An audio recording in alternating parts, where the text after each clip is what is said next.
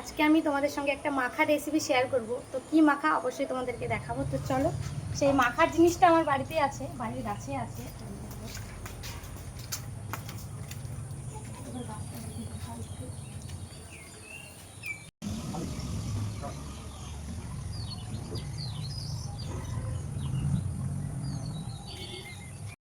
তো তোমরা এতক্ষণে বুঝতেই পারছো যে আমি কী মাখা করব।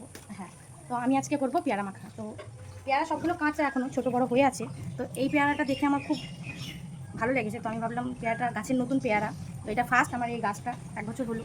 তো 1 বছরের মধ্যে গাছটা ফল দিয়েছে। তো আমি ভাবলাম একাই বা কেন খাবো, তোমাদের সঙ্গে এই পেয়ারা মাখাটাই শেয়ার করবো। তো চলো, তো পেয়ারা তো আমি নিয়ে নিয়েছি। তো পেয়ারা মাখার জন্য লাগবে কাঁচা লঙ্কা, সেটাও আমার বাড়ির গাছে আছে। তো আমি এখান থেকে কয়েকটা কাঁচা লঙ্কা তুলে নেব।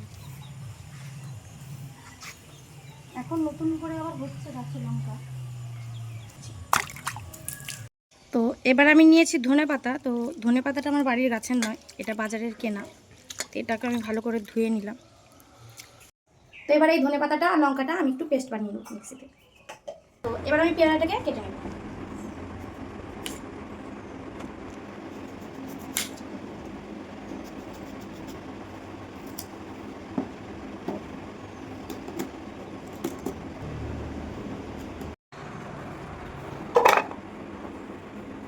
তো পেয়ারা কাটা আমার কমপ্লিট।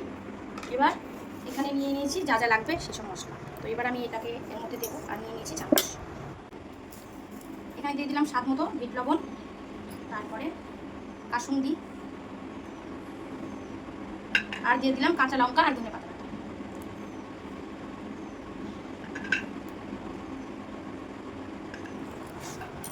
এবার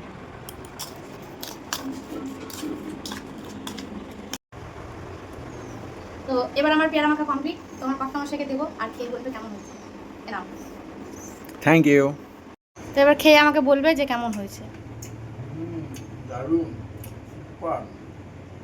তো কর্তা মশাই বলেই দিয়েছে যে সুন্দর হয়েছে খুব।